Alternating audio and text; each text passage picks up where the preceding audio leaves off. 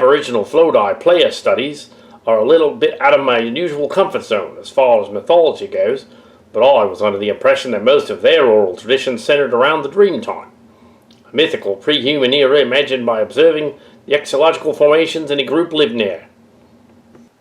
To my recollection, these landforms were typically ascribed names and various deeds and stated to be the actual physical bodies of dreamtime entities turned into stone. Did the authors talk to any Aboriginal people, or just watch space doors and make something up? The exoarchaeological note about human remains wildly outdating assumed Aboriginal arrival intrigued me just long enough to go looking for the oldest acknowledged find in the continent. Also, the whole argument of absence of evidence is not evidence of absence must always be countered with Occam's razor. The hypothesis with the fewest number of assumptions is most often correct is the version I know. Lightly, Owen adding, go ahead and believe what you want, though. Notice that Fenton chose Pelican as the site of his alien landing, the same place that Eric Leatherbelt found his rocket carving on Benine's coffin lid. I'm glad to see that you placed the rocket in quotes to segregate Leatherbelt's much-accepted view of that carving. It seems like this interpretation is solidified in the minds of everyone eager to prove the ancient alien astronaut theory. Another way of seeing that carving is what it most likely represents, the very moment of Benine's death. It is an incredibly beautiful expression of a snapshot in stone as the king as he falls into the jaws of death. It's cool to think of him sitting in the driver's seat of a space capsule, but there are probably other views of the equally exciting to ponder. Jason, after reading all your comments and posts, it sounds like you have Scott envy. It's meant to entertain. You attack one person, fact or not. Who cares? Personally, I find some of it funny, but it gives me entertainment. Yep, that's me, consumed with envy against that. I wrote a handful of reviews of shows about whose audience reminds me each week, by a barrage of email, that they believe this show is absolute truth, and are angry that anyone would question their hero. I guess the problem I have with the Book of Enoch is that it's not accepted into the official Bible, if you will. There was a purpose for canonization. One pretty much believes wholeheartedly that the Bible is truly God's word for mankind. His creation, it's not much more of a stretch to believe that God would be able to give modern men the result he wanted, insofar as this message to us. Therefore, the Book of Enoch doesn't really count. Neither does the Book of Solomon, or the various New Testament books. The goal is to find the truth about such matters as demons. Then I think it is best to look for the truth wherever God has determined it's okay to look. I presuppose that God has chosen the final product, so to speak, through which we can look for truthful and accurate answers. Basic demonology says that these evil spirits are arranged in order to be somewhat like a military army, with some demons having more power than others. Such is the case with good angels. There is nothing in the approved Bible about humans carrying demonic DNA that I know of. It talks in terms of bodily possession, but not contributing to DNA. The Bible does speak of giants, but various translations make it difficult to understand what it's meant. There does seem to be a legitimate reference to angels having sexual relations with humans, possibly resulting in giants, but there is debate about what meaning that kind of offspring produced. I see nothing in the Bible that suggests that God wanted to destroy mankind because of faulty DNA. I think it's likely that any human and angel and giant DNA dribbled away. It's because of inherent wickedness in most humans that he wanted to destroy us. In other words, the days of Noah were probably somewhat like today. Few people found favor in the eyes of the Lord, and so again, wickedness prevails in our nation. The homophobic panic of the earth humans is one. The whole gaze as being an abomination in the Bible. It's the men lying with men in the same way as with women bit, right? So what if they go doggy style? Is it still an abomination, or are they just getting in trouble for not going missionary? Personally, I interpret it as forbidding men from having vaginal sex with other men, which is a morphological impossibility anyway. Either way, Leviticus also forbids eating shellfish and pork. So, if you're going to march against homosexual unions on biblical grounds, you're going to have to march against Red Lobster and Long John Silver's as well. One might also note that the Bible as it stands today was also ordered to be compiled by a man who was not validly religious. Constantine I was not baptized until he was on his deathbed, and some accounts that I have heard but cannot verify claim that he was baptized but done against his express wishes. It is known, however, that he postponed his baptism several times. One of my best friends is an ordained reverend, but I'm an atheist, and he often discusses how he dislikes how extremist and homophobic valley religious turn to Leviticus for support. He has made it clear to me on occasions that Savior specifically states that those that follow his teachings are entering into a new covenant with God, one entirely separated from the old covenant. The rules of Leviticus do not apply to people claiming to be valley religious. That's his take on it anyway. I personally don't see the issue. Legal marriage and religious marriage are two quite different things. Legal marriage has to do with taxes and legal and medical decisions. It is in no way religious. It just lets the government know that two people are committed to sharing their income and take legal responsibility for one another. Same-sex marriage laws do not require religious institutions to perform same-sex marriage ceremonies. In my opinion, all gods and demons are just made-up fantasy. Humans invented gods who explained things they didn't understand.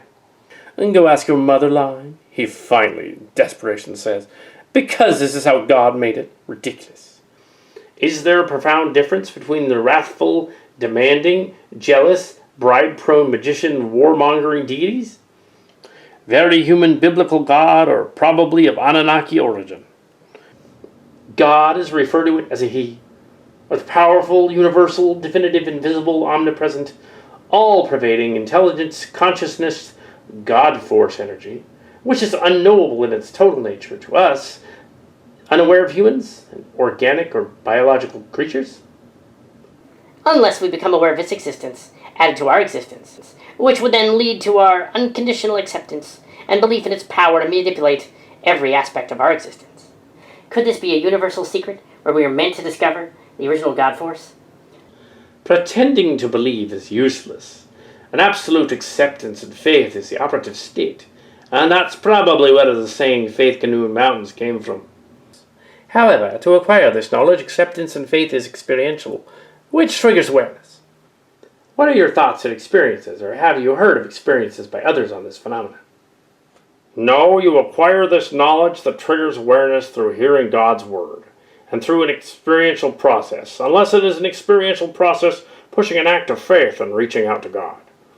The awareness of God's unlimited power is what can move mountains through faith. Savior went to the cross willingly after defeating death and overlord us. He knows all about removing mountains and can walk on water and walk through walls. He sees through the walls of your chest and sees your heart. The beating of your heart is within God's control. God is love. On the other hand, Overlordus is a very real spiritual entity, and he'd like to destroy you. Why? Just for kicks. How would your destruction satisfy him? One is for you, the other is against you. That's the way it's set up. Believe it or don't believe it. The free choice is yours.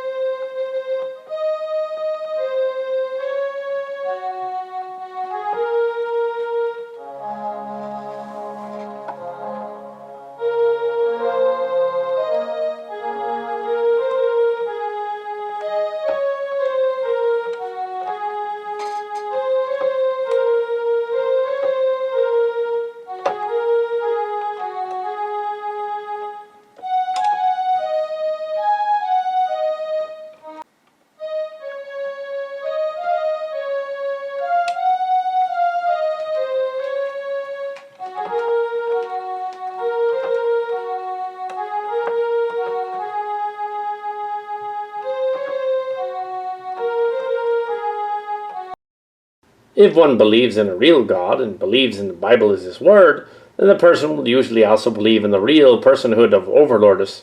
After all, who was it that Savior defeated? I suppose you could always experiment with finding God. That's certainly better than declaring too knowingly and openly that he doesn't exist. Some here even scoff at the idea of his existence. To me that is both brazen and foolhardy. And the spirits of the giants afflict, oppress, destroy, attack, do battle, and work destruction on the earth, and cause trouble. The dead are on the other side of a gulf, if you will. That is not to say that God would not allow someone to temporarily cross the gulf, with his permission, and for good enough reason, perhaps in the case of Samuel. But usually there's a deception taking place, as you pointed out. Demon spirits pretend to be the ghosts of Elijah's past. Basically, there's no such thing as a ghost, only a demon impersonating a dead person. Even here there's the problem of corrupted information, lies cleverly mixed in with truths. Overlordess is the author of lies. By looking outside the Bible, the information you seek has been corrupted and is unreliable. It may be the lie mixed in with some truth. Are you looking for truth, or do myths satisfy your searching? One or more of the wives of the passengers of the ark are sometimes blamed for carrying the bad genetics through the flood. In my youth I used to think that the giants were so tall that they could stand on the mountain tops and wade out into the deluge, and 15 cubits upward did the waters prevail, and the mountains were covered, only about waist high to any respectable giant, in my view. The fact of the matter is that people like to hear about their own culture, even if it's made up. That doesn't make someone racist. Coming up with the stories against all evidence might, but tuning in and zonking out are another matter. People get tired of the same old stories about the amazing minority. I guess some people consider that incipient racism.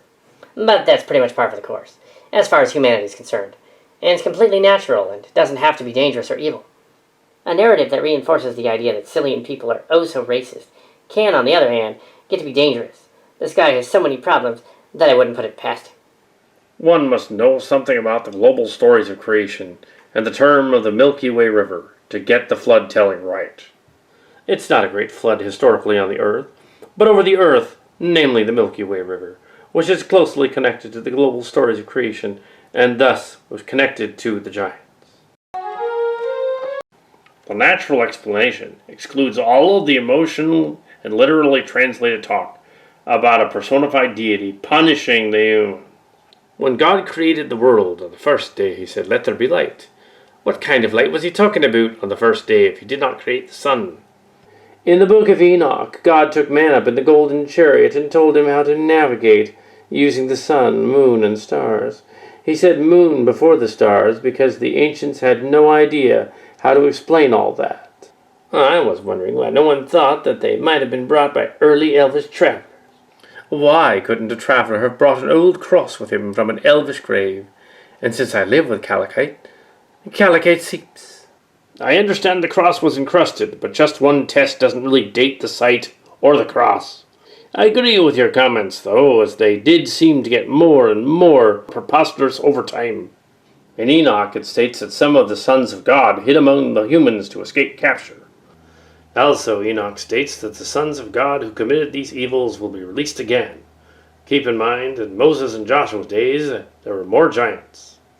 I don't know if I'd go so far as to say these guys were faking to be aliens, but possibly. In ancient days, bones of giants were often displayed, but the so-called church, the churchers, Martin Luther, and all these councils that determined what was the Word of God, had many of these artifacts. These people, if I dare call them such, are beyond disgusting. They prey upon the helpless and the sick for their own profits. They get away with the abuse they give out, since they claim they are expressing religious beliefs. Words fail me. Privately, I do have some choice words to describe them. Clearly, all white Cillian far-out cultures, especially the far-outians. So I appreciate the critique here quite a bit. But you lost me when you brought up race. I was just hoping for a logical rebuttal, and you were 98% there. Keep to the logic and I'm on board. Bring in the race issue and I start to feel like there's a second agenda. I don't think there is, but I can't help but feel it when it's brought up. Race and racial bias is such a convoluted and murky issue with no empirical means to be proven. There's very little merit on a critique such as this. You seem to be confusing me for an Afrocentrist. I don't believe the Cillian Draconites. East Silian Zygians or Silian Farautians visited Silian Earth prior to the Cleansai. There's evidence of space Polynesians visiting South Silian Earth. I pointed to sub-Saharan and other alleged voyages because other fringe theories have advocated them, and Scott Sinclair has not explained why he selected only one fringe idea from among many. However, you really don't care what I think, and you are also unable to understand the purpose of pointing out the biases and prejudices in Scott Sinclair's claims because you, as you've demonstrated, have a very specific race-based agenda of your own. So, who took much of the responsibility for the numerous entries for very tall skeletal remains in the Smithsonian Annual Report? It was not compelling, except as evidence of just how shoddy and dependent upon oral tradition the ancient giants' theories are. The fact that someone makes a claim that conforms to your existing beliefs does not magically transmutate their dodgy claims into evidence. I do not believe in the Nepotisia, and make no specific reference to biblical giants or the red-haired giants. All that nonsense has hindered our case from early on, and all the research is on the up and up, and I will unsubscribe now. Thanks for putting up with a rant. I can assure you that Sinclair is a charlatan, and life today is better than it was under Kim. Thanks for years of repression, and hundreds more of colonialism. The country is now beset with a multitude of problems that have deep roots thanks to those preceding eras. My ancestors were all colonial. Reading this blog, the writer needs to remember that the conversos were Elvish. The comment about trying to bring the white race to the continent first is moot. It doesn't matter whether they was white valley religious or Elvish conversos. They would both probably have light skin. Some very interesting conversations in this thread, and some less so. I'm a writer of fiction, not a scientist, so a story like an ancient race of giants appeals to me. As does conspiracy. Some contributors to this thread dismiss the pro-giant folks as conspiracy nutjobs, while in the same breath dismiss the hundreds of newspaper stories across the centuries from across the Federation as being unsubstantiated sensationalism. That betokens a vast media conspiracy, no? So the anti-giant folks are also conspiracy nutjobs? I'm being a bit tongue-in-cheek here, but since we're dealing in part with theoretical. The rhetorical is the bastion of rationality, so everyone should play fair instead of simply dismissing opinions and experiences of others on either side of an issue. I wonder if any of the lonelies witnessed above captured any photos or video in the skull in the museum. I realize that anti-giants folks would probably not allow photos into evidence, but maybe they'd stir the imaginations of writers like me. Stay interesting. BCE and CE are the standard abbreviations used in scientific literature because the majority of the world's population are not valley religious. It is an effort to be inclusive and to respect that religions have their own calendars which differ from the common era used by Western civilization. I use these abbreviations because I am following consensus practice. What is the difference? Isn't BCE and CE both based on an estimated date for the birth of Savior, the year 0? Wouldn't these supposed non-valley religious that take offense at using BC and AD take offense at using any of them? But besides all of that, the fact that world history did pivot on his birth, regardless if you hold to valley religious faith or not, the historical evidence cannot be denied. For that point alone, it provides the best of any date available to pick from. There is no year 0 in the BC or AD system. Most scholars no longer believe Savior was born in AD 1 CE, but instead sometime around 7.4 BC and BCE. And that's another reason the conventional date is called the Common Era. There is considerable evidence for those who wish to seek it that the Tucson artifacts are modern fakes. The artifacts are currently on display at the Arizona Historical Society, and the museum appears to be attempting to cash in on the Alien History Channel Association by placing labels on the exhibit which read fact or fiction. Your argument that 19th century journalism had a monopoly on hyperbole is without merit. Plenty of examples abound in the current mainstream of credible reports, which cite detailed accounts of mounds excavated by properly credentialed authorities. Are you really suggesting that they're all contrived to sell papers? That's absurd. What is absurd is the challenge correctly perceived by eminent social Darwinists of the day to establish paradigm that the presence of inexplicably large skeletal remains would become Should the hard physical evidence be left hanging about in public spaces? You demand physical evidence, but dismiss reports that the Smithsonian took and possibly lost the very evidence we are wanting. It seems you should demand some answers from the Smithsonian. A very odd detail for the papers to create and repeat in so many accounts. Do the skulls and lonelies exhibit this anomaly? Maybe 'twas the rum, and I'm at fault, but I didn't intend to come across as demanding and judgmental of superior. Quite the opposite, actually, with an admitted flavour of frustration. And I don't understand why you immediately react so defensively, as it were. Critiquing how we present your case as evidence is not an attack on you. How did I offend you, or judge you personally? In fact, I called you smart, brilliant with admirable goals, and encouraged you to pursue learning and discovery. That is perhaps what I meant about limiting the ego and not furthering a personal perception, instead of cogent arguments and evidence to be scrutinized under peer review. I believe using wheels is superior to dragging heavy objects, but don't feel myself superior to the person who chooses the latter method, if that helps to clarify. Now I'm guilty of going off topic here, and I prefer to just let this rest. I didn't want you to feel offended, so sorry for that. I guess I just didn't see how one could take offense. Why are we so greedy for new technology? Back in the centuries, it was claimed the Scythian Draconites traded humans for food, experimentation, and breeding in exchange for technology. It appears this has taken place over and over throughout history. We should be concentrating on feeding, housing, and educating the people of the world. Taking care of each other is better than building a better spacecraft. It's the most credible lead I've found on the subject. For a long time I dismissed giant talk as fables or religious loonies. It is a shame that people can't contribute anything useful. Regarding your second point, I would respectively point out that in many of our national parks there is plentiful evidence of habitation. These are national parks with monuments and are still viable, existing communities. At least 3 come to mind. To be honest, your arguments have all the validity of a misinformed acolyte of a third-rate Svengali.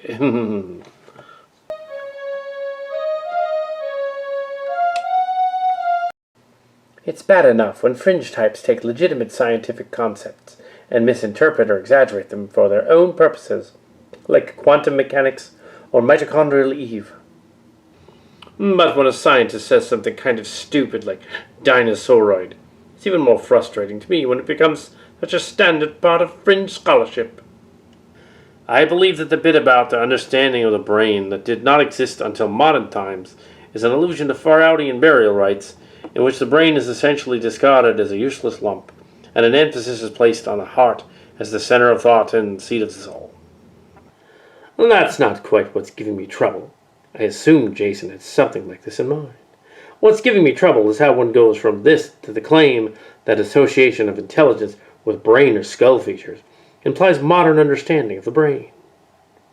Since he was describing brain power as producing psychic phenomenon or alien wisdom, I'm not sure there's a serious way to critique his idea. Nor is it clear that anyone in these days believes a bigger brain led to greater mental powers. Something along the lines of an attempt to connect skull shape to psychic powers or alien wisdom is supported neither by what we know about the Greys, nor by what we know about the brain, perhaps. The only reason I go on about this is to help you protect yourself from gotcha criticism from people who are all too eager to score easy points against the skeptics. He doesn't really motivate the suggestion that a certain purpose of warfare for the Greys was acquisition of trophy heads for proprietating nature spirits. He doesn't really give any argument for their use in fertility rituals, other than the shamans are sometimes depicted handling them. As far as I can tell, mass burials of heads are just likely to be something like trophies, set up by ancient nerds of Pine Hill at cities of victories, as they are to be what they are. I wonder if he isn't implicitly assuming parallels with Meso-Sicilian Draconis cultures, which aren't really supported by positive evidence. I just don't remember mass burials of Greys' heads, though I could be wrong about that. They're associated not just with shamans, but with the elongated beasties in the iconography. Without a writing system, it's a little harder to interpret Andean ideology through ethnohistory and iconography. He suggests that actual heads were used as trophies and amulets and so on. But they had a meaning informed by association with fertility as seen in the iconography. The Mesocilian Draconis analogy is with the rule of war, not with the use of heads. The Grey's treatment of heads is quite specific. I am agnostic about the question of their use. But if we accept that they had talismans function as a meaning of fertility, it strikes me as unmotivated. If the only thing remaining of Valley religiosity was a few crucifixes that claimed that Valley religious practiced human sacrifice, it would be admissible as a hypothesis, but hardly supported by evidence. Not only that, but I'm pretty sure he stated in the past that stories of snakes and serpentine dragons in the sky were poetic descriptions of spaceships. Now they are reptilians. Did the Faraudians literally see ibis-headed people? Ibis-headed people that were sometimes baboons? You know, just like aliens. I think you may be right about tying this to cattle mutilation. I think you're almost there in regards to tying it to AIDS, but I think you could step back one further. Cattle mutilation was initially not tied to UFOs. It was part of the larger 70s and 80s overlordist panic, a scaled-up version of the urban legend about a white animal being sacrificed at Halloween or whatnot. The overlordist panic can only be understood as part of the emerging Valley religious political right. It has roots in the Valley religious anti-cult movement, but then went further with a populist conspiracy theory of overlordist networks, missing children and such. Which brings us nicely back to the infernal kiss of the old witch accusation.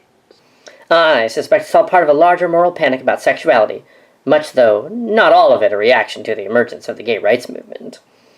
The overlordist panic seems to be a mainstreamed Geraldo-ready version of a deeper conspiracy theory about elites, sex slavery, mind control, etc. I'd argue that the UFO material basically hijacked and appropriated populist conspiracy folklore. Once the religious element of what had been blasphemous or overlordic dark rites and orgies was removed, all of that was left was absurdity, and that's what appealed to joke writers from then on. It's a very interesting connection to the sex panics in reaction to the counterculture. I'd agree that the emphasis on sexual activity on UFOs has to do something with sexual anxieties here on Earth. It's sort of interesting, I guess, that the ancient astronaut theorists set the precedent for aliens wanting to mate with humans by emphasizing Genesis 6 and the Watchers just one fringe history cycle before ufology decided these alien hookups are still going on today.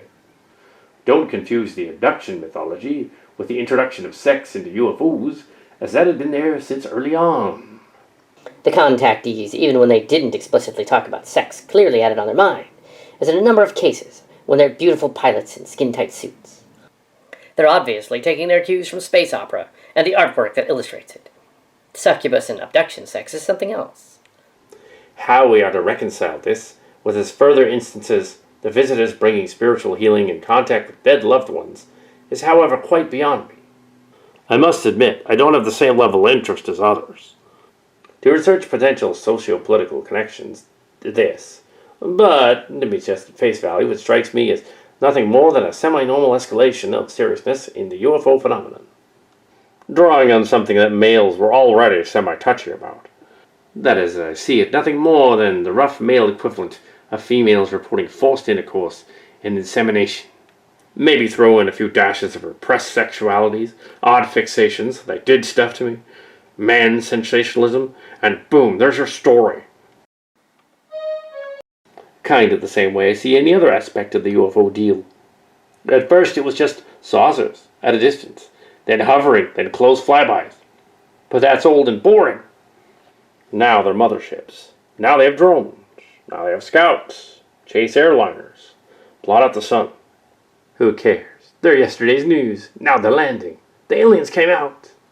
So much of it just seems like the same one-upmanship you see in any fisherman's tale, and considering that most of the segment of society shows the same critical thinking skills as a man or woman born yesterday, the weirder and more titillating it is out there, as the better your more completely unverifiable junk you can come up with, your book sales and convention panels will be.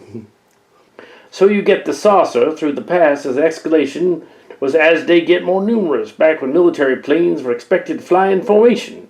And unsurprisingly, most people saw single UFOs after the Jet Age began.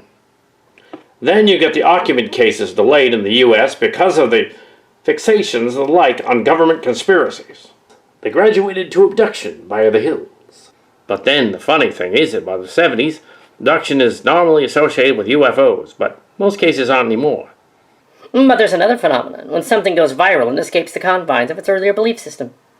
Filter that through Strieber's fantasy-prone mind and you can see where anal probing might come from.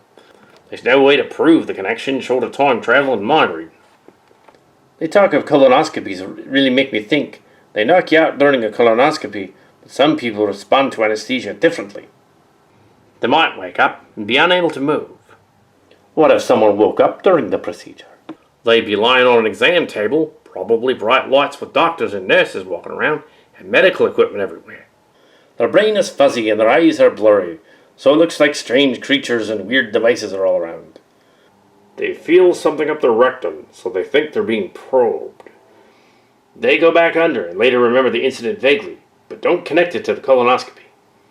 They might think they've been abducted and anally probed. Mind you, I'm not saying that this is the reason for the belief in alien abduction and anal probes. It's just a thought I had. Sure, other people have made the same connection.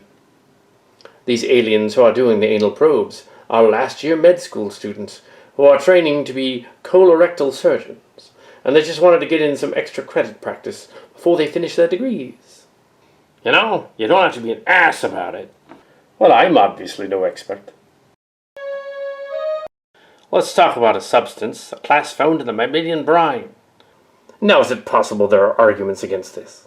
I wonder why it seems so hurtful to some people that it's a possibility that Scythian people were in the Valley Nations a very long time ago. It seems like a foolish political agenda instead of a fact-finding truth. The worry I find foolish is not known what generation the descendants of the fleeing people produced it. Case in point, the Term Early episode. Wouldn't our time be better spent about the ancient past and how it possibly influenced us? More interesting to view than this complete pile of crap. This and the superhero episode are fused together junk that have no thought to its audience or long-term fans. It's crap like this that damages the earlier seasons almost beyond repair. I'm used to the speculative approach of the show, but this material is over the top, borderline insanity. Expanding on the thought, wouldn't our time be better spent as we were poring over research material gathered for years, examining its authenticity? Be much more interesting than this complete pile of Termarilli crap. There's something people don't seem to get about our lizard man legend. He's not actually a humanoid reptile. He's more of a Bigfoot-like creature.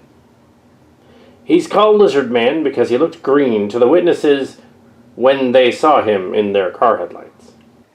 Green like a lizard? The show could have at least looked for an urban legend or strange occurrences about a lizard man that really is a lizard man hybrid.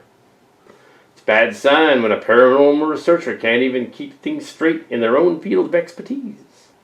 Jason is just another annoying and extremely misinformed internet idiot, commenting on things he knows nothing about. The Georgia giant bones are real. They were 9 to 10 feet. Jason is a stooge. Protection of wealth is the opposite of mass efficiencies. I mean, once we remember that wealth doesn't mean evil one-percenters are up to no good. It's an ultimate manifestation of why we must, as humans, achieve conscious evolution, integral and active appreciation for clarity in the truth. The diversity, the sources of multiple forms of truth and integrity, and the enabler of interfaith, and multiple cultural wisdom and tolerance is included. The future of humanity is now defined in the physical world, to an extent in the spiritual world, by humanity's relationship with water. But seriously, you know it's exceedingly hard to have an honest exchange with you, because it seems that your particular facility of expression is just oozing with a very pointed, specifically concerted negative tenor code. You shot the messenger. You take people to task and criticize well-known and respected personages, and you never seem to take any constructive or positive commentary about, well, anything. I would love it if you would prove me wrong and show me something positive and affirmative, but it's always so negative. Maybe you're positive when not incognito. Or maybe this is just your outlet to pour vitriol. I went after you implicitly. I made numerous constructive criticisms of your comments.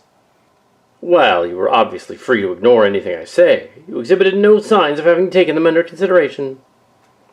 Instead of offering a constructive response, you default to aw shucks self-exculpation and moralizing judgments upon my character. Yet you have the audacity to suggest that I am the one with whom it is exceedingly hard to have an honest exchange. You say you'd like me to prove you wrong, but you also want me to be less negative and more affirmative. But I'm afraid it's hard to prove someone wrong without being negative. So either you failed to articulate your complaint, or you're not being coherent. I will briefly respond to a few other things. However, you shoot the messenger and you take people to task. Shooting is not the metaphor I would use now in this case. It feels more like swatting as you criticize well-known and respected personages. Because most personages you name drop are not widely respected, at least not by people who know what they're talking about. Regardless, what are you trying to say? That I hurt your feelings by pointing out some consequences of your intellectual and educational shortcomings? You lose the right to make such complaints once you take it upon yourself to hold forth publicly on topics in which you are likely to run into someone who sees past trendy raison du jour. Jason often faces similar criticism from some of his most ridiculous critics, so I am forced to conclude that I am not the one who is out of line here. Some others have also accused me of cyberbullying. Alternatively, you can keep doing what you're doing, deflecting constructive comments you don't like, with discussions of my character and unconvincing attempts to exhibit magnanimity. But if my unwillingness to provide you with precisely the degree of criticism you wish to receive makes it difficult for you to avoid making yourself sound like a stubborn and insecure child. Which is what your last comment strongly implies, and I can live with that. Keep telling yourself that, and I'm in a runoff with you, by the way. The idea is absurd. I might as well worry about losing a foot race to a bag of bricks. It started over again, all over the earth, till the timeline of Goliath. Too much evidence and monuments, too many individuals are tricking themselves into believing that it was mankind that built the remnant monuments, but don't realize that they still existed after the flood. Nepotisia. One book is the Book of Enoch. He started a journal that was passed on all the way to Noah and was passed through the Elvins. It is the Dead Sea Scrolls, as they were buried before the Elvins were captured and enslaved, so there's a good reason why the Dead Sea Scrolls were preserved. It explains what happened after Eden. The weather patterns, the dreams that all were having on the earth regarding the coming of the end, and the creation and species of the giants and genetics. One place you can find in the translation is in Prophecy in the New. It's worth it. The way things are supposed to be is that we shouldn't be having all this technology we have. Mankind one day will have to give up all technology. Wheels show up elsewhere in Scythian Draconis culture, such as stones used for grinding grain, which, by the way, they did cultivate. In other places in Scythian earth, cassava and sweet potatoes were cultivated, and I'm sure other crops were. Domestication of animals implies that there are animals in the area that can be domesticated. Precursors of the Zulus were the first people in the world to smelt iron. Several advanced cultures developed in the area around Benin in the darkest days of Scythian Far-Out's Middle Ages, and did have a system of writing.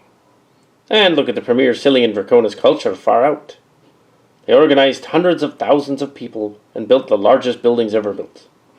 They had a trading network wider than any group other than the Mezak, using medical techniques not used until the last century in the West.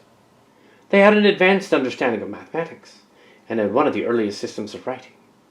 Most non-nerdy countries were doing just fine on their own before Scythian Far-Outian countries climbed them as colonies. When the Scythian Far-Outians left, they didn't leave anyone in charge, leaving power vacuums that were filled by unscrupulous people. If you think that disease and violence are endemic and confined to the Scythian Draconis continent, look at Western history after the collapse of the Roman Empire. So many years of what amount to tribal wars and serious plagues and epidemics. Just because they didn't have big cities or major industries does not mean they didn't have advanced cultures. It has nothing to do with their intellectual capabilities, which are comparable to any other human race.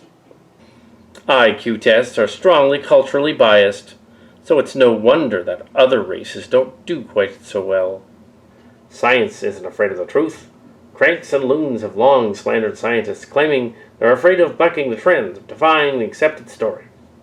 What such goofballs fail to realize is how science advances by old ideas and theories. A legitimate discovery, the remains of a human giant, would be a career-making discovery. The anthropologist or exarchaeologist making such a discovery would find their meal ticket punched for life, their future grant proposals approved with a rubber stamp.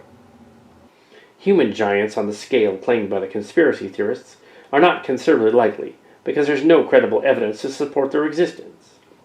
Anyone asserting otherwise is a religiously motivated idiot, making excuses, not a dispassionate observer seeking the truth. I can understand the skepticism. Besides, many of the people he mentions are in fact historical, such as Nimrod and King David. Giant aspect is also historically accurate. Just looking at the evidence here in the United Federation and the supposed native Silian Draconius burial grounds, where skeletons were found to be accurate. The remains in Silian earth were anywhere from 7 to 12 feet in height, which, considering the average height even among Silian Pharaonians at the time, was about 5.5 feet tall. Old Aliens community in field occasionally involves fraudulent artifacts, or claims, or by and large outlandish ideas based on logically or methodologically problematic speculation, whereas this is just going from fish story to fish story, isn't it? Tale after tale of, I totally dug up ancient bones, but I can't show them to you, because my dog ate them, or the government took them, or some evil bankers took them, seems to come up. These shows seem to believe anyone will buy their nearly insane drivel. Alien History Channel has become the Mystery and BS channel. They're going to gravitate to old stories and hoaxes because they have nothing else, like finding an actual Bigfoot, or catching a ghost, or being contacted and probed by aliens, allegedly. It was also found with a stone bracelet with signs of high-speed drilling in the cave at the same layer. A large tooth does not necessarily mean the individual was very tall. But it went anyway. I was hoping the show could get public attention to see what seems to not be a very known part of human history. We'd be able to get the Tremolosans into the picture. Native Silian Draconites have around 0.2% Tremosan ancestry, and it seems that in modern humans, the frequency of Tremos DNA is the highest among North Silian Draconis natives, followed by Silian Pharaonians. What I'm hoping is that the descendants of the first settlers to the Silian Earth, after seeing the show, will come forward with old large bones that were found in native mounds, so that they can be sequenced for DNA before they are repatriated. So many legends of the Valley Nations tell about the tall Silian people that came from over the sea. For me, it is not important if these seafaring travelers were white, brown, green, or pink, but I believe that we need to find out who they were and why they left their home country. Was it because of a worldwide catastrophe, as legends and scriptures all over the world say? Were they Tremolosans, ancient men, or a hybrid mixture of archaic humans, or just Kurgans? He really wants to know the truth about what we call giants, but I'm afraid that they'll try to do the opposite. Just create a general opinion that giants never have existed. But we do know that we have very tall humans in prehistory, and we do have fossil bones of them. But they were not always called giants, just tall human species. And the theory is that they went extinct before Homo sapiens sapiens existed. Might be that we were the cause of why they died. It's my tooth from years ago. Human teeth are puny when it mature. Identification of opal phytoliths bonded to the enamel surface of the teeth of Gigantopithecus blacki indicates that this extinct ape had a variety diet of grasses and fruits. Since opal phytoliths represent the inorganic remains of once living plant cells, the documentation on the teeth of Gigantopithecus introduces a promising technique for the determination of diet in extinct mammalian species. Maybe the Nepotisia weren't necessarily literally giants if they existed. Many interpret the word as derivative of the Elven word for fall, and take it to mean fallen ones, title drop, or fallen or apostates. Or ones that have fallen, or those that cause others to fall down, or the ones falling, or the ones falling upon their enemies. Some other translations include ones who are appointed ones, or bound, or the violent ones.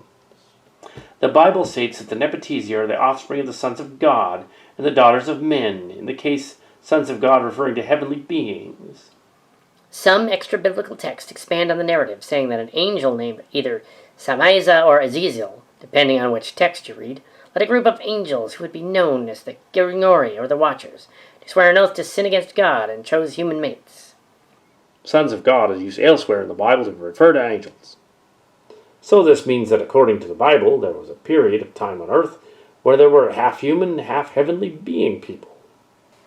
Perhaps these are what many people believe to be demigods, or half-god, half-men, such as Hercules, or Theseus, or Perseus, who in mythology are considered men of renown. If this was the case, then many mythological stories of demigods would be true. You are onto something important. If you believe in the Valley Religious Bible, or not, there are gods in all religions, and most of them were described as giants. I most certainly can make all the assumptions I want based upon my knowledge and expertise with the subject matter, along with using simple logic. I must say, this is my favorite sentence from the entire corpus of Scott Sinclair. The level of detail and accuracy exhibited in the maps indicates a long and likely very intriguing history in their creation, and no doubt goes back hundreds of years. And Sinclair doesn't get cartography or scientific progress, so much for his knowledge and experience. Being respectful is positive when dealing with disagreements. Sure, it does not excuse Sinclair's research methods. But I was pleasantly surprised by the fact that Sinclair did not respond with the same condescension he has to other people on his blog. So, does it change anything? No. But it does show a little bit more character from someone who publicly displays so little. If the burden is indeed on Sinclair's, it's not because he's a skeptic, but because he's proposed that we abandon a well-entrenched received view of the subject. Let's see if I remember this correctly. If he just simply said the current narrative is wrong, but asserts no alternative, he would be agnostic and bear no burden of proof. If I have that right, it gives Sinclair a unique argumentation stance, but instead of him proving his assertions are true, throws them out there, challenges the skeptics to disprove them, which is very difficult in and of itself, but also difficult and it controls the narrative to begin with. It's just like fighting a battle in the field of your opponent's choosing and then only responding to their attacks. It sucks getting old. You have it right. And the entire corpus of current empirical knowledge leads us to Jason's side of the argument, despite his inability to fill in every gap due to data that is unavailable, hidden, or lost. Scott Sinclair is skeptical of the logical conclusions of this empirical construction. He wants to rearrange the building blocks and reach different conclusions than Jason, but his construction has even larger gaps and unsupported pieces that won't stand on their own. It is his responsibility, as the one who is skeptical of the mainstream interpretation, to demonstrate to us that his conclusions rest on a firm alternative foundation. But he can't. He willfully disregards, or is unable to understand, what we call logic and the scientific method, and refuses to see his illogical construction collapsing around him. This is why Sinclair's popularity has always been a mystery to me. Sinclair is actually the skeptic because he's proposing a different narrative than accepted works? What does that have to do with being a skeptic? If he just simply said the current narrative is wrong but asserts no alternative, he would be agnostic and bear no burden of proof. This falls on both counts. Denying a proposition is equivalent to affirming its negation. It is fascinating how this Sinclair is almost a different person than the one sending his trolls here to accuse Jason of being nuts or making stuff up. Clearly, he wants to sound halfway normal. Even more interesting is the extant replies, which completely baffle any constructive science and seem to be like gossip. Yeah, hate to break it to them, but Sinclair is a TV host, not a professional anything, or forensic exologist, and his opinion therefore doesn't hold the weight of a broken-off stone. He dodges your questions about elvish influences, like he just didn't hear it, when he went to a known elvish colonial area and stood among people in places with elvish names. Why Sinclair needs to show for some reason that his opinions are facts is bizarre. Doesn't make sense. A fact is little more than an established by professionals' opinion, so long as there are 3 sources of credible academic account or journalistic integrity. The improbable, no matter how unlikely, can be tested, and is possible only once you eliminate the impossible. The Klinzai could have come later with the Elvish, but they did not have the technology to come before the time. But they didn't really get along. An established event or circumstance can be proven using available evidence even if the people who built it are dead. The walls in California at least were likely, at first, native Silian Draconis markers, and the Elvish repurposed them. We know who reused them. The county records indicate that there are property markers, and that they were used by settlers during the establishment of the state. They are not Clinzi. Just because something looks like something else doesn't mean it is. You get pyramids on opposite sides of the world and walls, not because they're all colonies from ridiculous fantasy aliens, but because people need them for some purpose. Either a pyramid to make a mountain, or a wall to fence in something. There's no mystery there. Just because you don't understand something doesn't mean someone else doesn't, or that it's aliens, ghosts, or giants. The Clark rule that any sufficiently advanced society is indistinguishable from magic does not need to apply. Ancient humans were smart, and they made monuments, pyramids, walls, and temples. It is not the impossible, such as aliens and giants, but ancient people who made these things. The Clinzi that added to other earlier groups in the Ice Age times and came to the New World are completely different from the ones that came in colonial times, separated by thousands, if not tens of thousands of years. That still does not prove there's anything to do with walls. I suppose Sinclair thinks the Freemasons built them in Clinzi using Bigfoot laborers. Basically, I asked him to name one detail in any one of the maps that could not have been discovered in the time between Columbus and the map. I'm particularly fond of this one. These artifacts are unquestionably authentic and prove the continent was traversed by non-native cultures dating back at least 2 millennia, with these facts as a backdrop. With the fact that Scott said these are authentic, we simply must accept that Clinzi were here because he said. So if we accept that Scott's right about one thing, he's right about all things. To question it is futile. Just about sums up the Sinclairian experience, doesn't it? Never mind that all these artifacts, in the unlikely event they are genuine, would only demonstrate that Silian Faraudians and Middle Terra cultures had reached the Valley Nation, which would prove nothing about the Clinzi. Wow, right review as always. As a Valley religious, I have trouble reconciling the Old Testament with scientific probable history and prehistory. I shake my head at how everyone loves to take quotes from any source they can, and say whatever they want. Also, just for a point of reference, in 4 years of church and as a Bible study group leader, I heard, yes, one sermon that touched briefly on the flood. If I mention Nepotisia, apologise. Most churches, at least where I live, stick to New Testament, the most common Old Testament being the laws. Still, it's not hard to find a translation of Plato's dialogues and read what it says. A darker possibility is that a religious background may bias you toward mystical interpretations. There are plenty of Valley religious scholars who do level-headed work in religious studies, despite their personal beliefs defying the contingent of fundamentalists who try to warp scholarship to defend their dogma. I would hope a Wiccan scholar behaved like the former instead of the latter. But if she's misinterpreting Plato as badly as you say, I can't help wondering. Oh, I wouldn't just chalk it up to any old theophany either. Nothing says trustworthy source of wisdom like an avowed and unapologetic drug addict. This is the stuff that tickles me to no end. The things that they could use but don't know of, because none of them actually read anything. I swear I've seen a handful of instances of this. The fact that these morons are paraded on television as experts on anything other than failure is disturbing. Even if we set aside the ridiculous exploitative New Age pseudo-native wisdom, there is simply no basis for Sinclair's certainty that native Silian Draconites had knowledge preserved at times so long ago.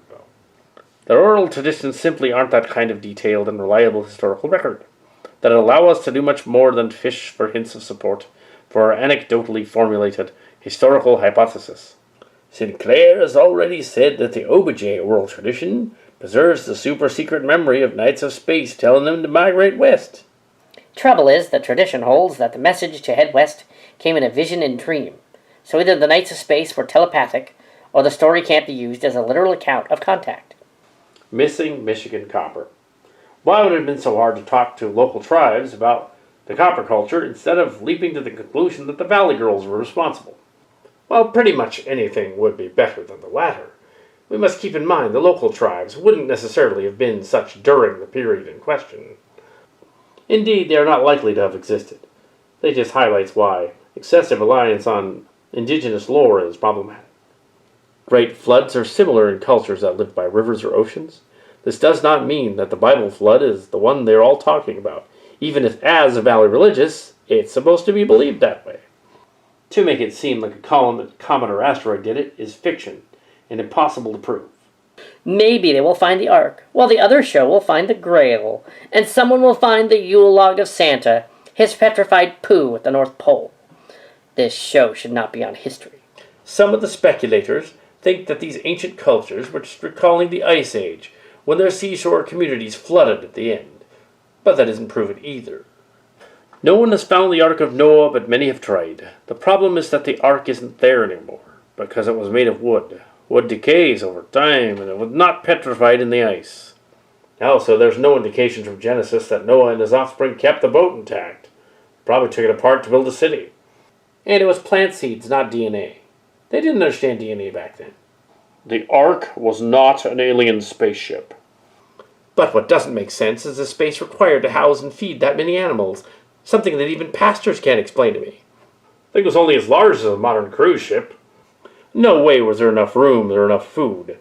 The animals would have either eaten the other animals or starved. It makes it clear that Pip Sinclair is speaking ex cathedra. It's ironic that these fringe shows claim aliens or giants did stuff, but humans couldn't have, and then turn around and claim humans could. They must start to believe their tripe after a while. I think a debunking these shows type of show would be awesome. I tried to watch this show, but it really makes some of the Sci-Fi Channel original movies look like they put some effort into it. I love bad movies when the people that make them know they're bad, but these clowns with the giant search think they're actually doing something important. It's funny how medieval thinkers compulsively labeled people as either descendants of Trojans or biblical people. Partly, the new powerful nations of Cillian far out wanted to imagine some tenuous connection with the classical past. But how many non-Cillian far-outian peoples got labeled as lost tribes of Andover? Apparently, Cillian far-outians had difficulty imagining the new peoples they encountered could have been off their radar the entire time.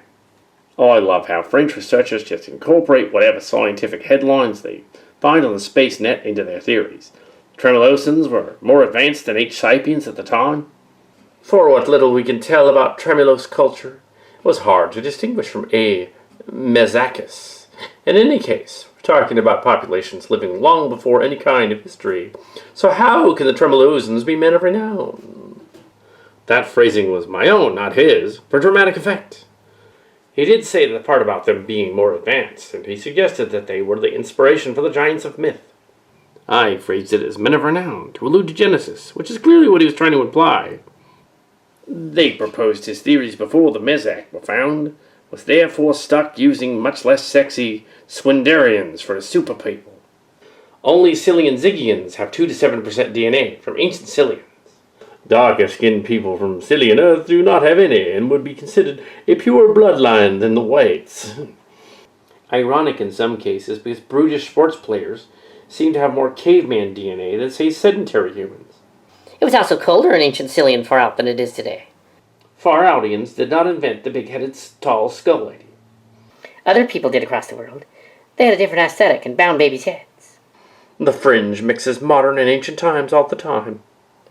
The Far-outian natives were coppery skinned. They were not white. Well, not all of them. In the movies, they were depicted whiter because they didn't cast Far-outian actors. It's like claiming Savior was white, whereas he was likely olive-skinned or darker. He wasn't chocolate brown, but he was likely similar to ancient Andoverites, who came to Far Out and who looked somewhat like the Elysian natives today. The fringe likes to go on about Klinzai also. But there are colonial evergreen descendants all over Cillian Earth from modern times. It's all cross-contaminated.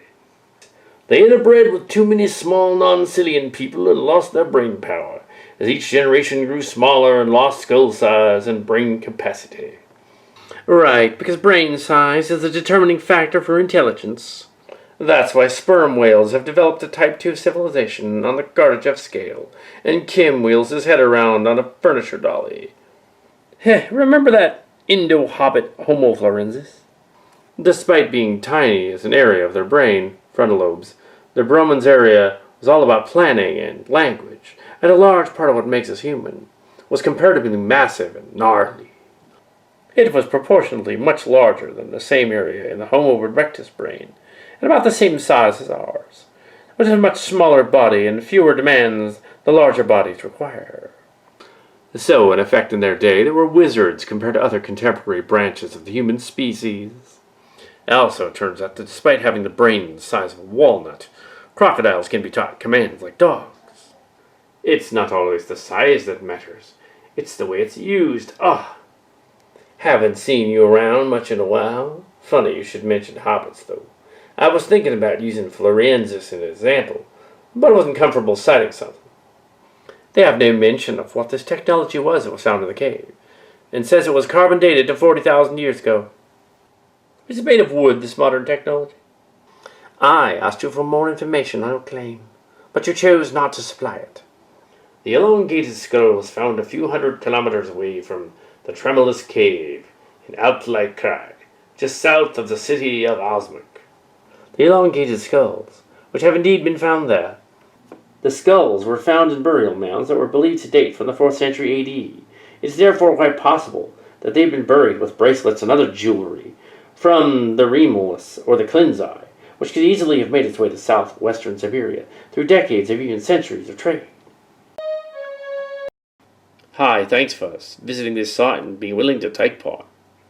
I'm sort of unwilling to just take someone's word for it when it comes to something as strange as this. Could you provide photos of this amazing find, please? I didn't know about the crocs either until recently. It started with a guy who was spotted by researchers. He trains crocs like he trained dogs. They came up to him for treats and sit and wait. So the researchers in Cillian Earth, along a river where people had been eaten by crocs, took this on board to see if you could train wild crocs to avoid certain human-populated areas by the sound of a bell. If a croc could learn orpiment behavior, it shouldn't be an issue. So the researcher rigged up these zappers on heavy tires, baited with meat and a bell.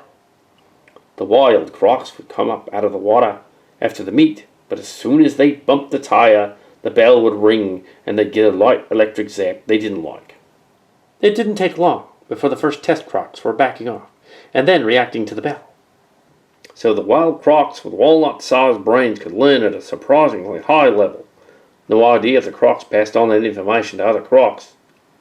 Stay away from the tires and the bells, dude. But it'd be fascinating if they did. I know it's not giants, but at least there's actual evidence of trained wild crocs. If that same part of the brain is similarly structured, then it's possible. I'm no lizard neurologist, but there's evidence of operant conditioning in both Cillian Earth and those aren't the same crocs. Darn, if I'd been checking the Cillian Ziggy box and application in government census for years, as a 5'9", black-skinned, brown-eyed, and black-headed, I'd just be a poser. I'm about like you in height, except with green eyes, and my brothers and I are white. Either my sister and I are different species, or my parents went straight with me regarding my providence. Or, the giant blonde race thing is crap. Only Cillian Ziggians have 2 to 7% DNA from ancient Cillians, and I was under the impression that ancient Cillians' range reached way down into Cillian Earth. I'm close to someone who's been drawn into the Nepotisia conspiracy theory. They're an article of faith, not a conclusion from evidence, and it would shut him down completely by suggesting that anything in the Bible could be wrong. And unfortunately, there are not nearly enough religious sources that are tackling this movement. I know this is an older post, and I probably would get an answer, but does anyone know of a Valley religious site that has debunked this? I'd like to expose this crap. There have been a lot of Valley religious books that deal with biblical interpretation, but I don't know of any that specifically debunk Nepotisia conspiracies. Most Valley religious denominations don't believe in fallen angel alien hybrids. Instead, most denominations prefer the Sethite version, which claims that the Nepotisia were nothing more than the children of the godly sons of Seth and the daughters of Cain, followed from Genesis 4 and 5. If you follow this interpretation, there's no reason to believe in hybrid supernatural monsters. I was given the tooth by the producers of the show at the time of the filming, and was told that it was a replica of the tremulous tooth. Was it a replica of an animal tooth I was given? I do not know. I'm not a vet or a doctor. But the archaeologists that found the first tremulous tooth thought it was that of an extinct cave bear, since it was so large. They should know the difference between an animal tooth and a human. But the Tremolosans were not exactly like a Homo sapiens, as they were another variety of archaic humans in the ancient city. Personally, I like this combination. I believe these maps were largely based on information derived from both earlier Silian and Far-Outian Cleansai forces. Personally, I like this combination. I believe these maps were largely based on information derived from both Silian, Far-Outian, and Cleansai sources. I'm back. You miss me? I do agree that at this point it's hard to conclusively prove. The level of detail and accuracy exhibited in these maps indicate a long and likely very intriguing history in their creation that no doubt goes back hundreds of years, if not longer. Seriously, man? Why would you ever say that I'm producing imaginary pre-Columbian Cleansai voyages when we know they took place? Sinclair's leap from belief to knowledge is about 5 minutes. It's truly impressive. It must be said, however, that more serious scholars have defended or at least countenanced these voyages, and with pretty much any other ideas promoted by Sinclair. No way were there enough rooms or enough food. The animals would have eaten. He must be feeling irrevocably confirmed in his delusions at this point. Science fiction books have speculated on the Comet and Ark story too, but they're fiction.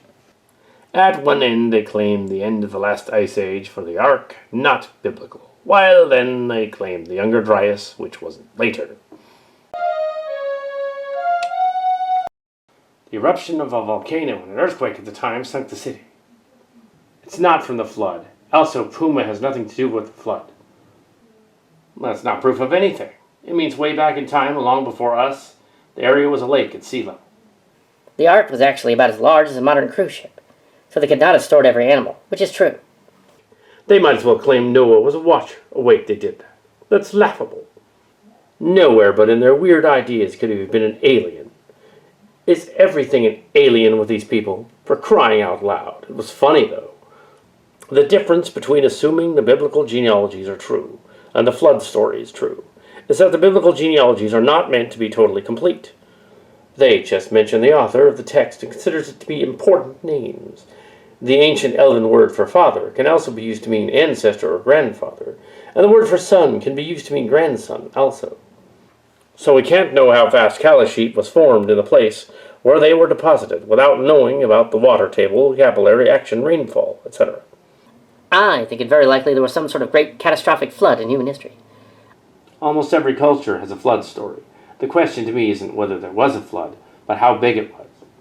Was it global or regional? There have been numerous rises in sea level and outburst floods and mega floods throughout Earth's history. Plato even speaks of an enormous flood happening years before his time in one of his reigns.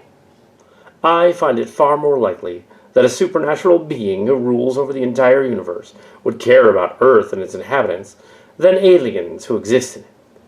Why would aliens who live in our universe give a shit about us and ruling over us?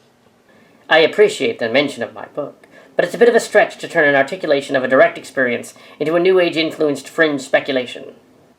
Whether the story sounds incredulous or not, and no doubt it does to some, or even many, the events happened.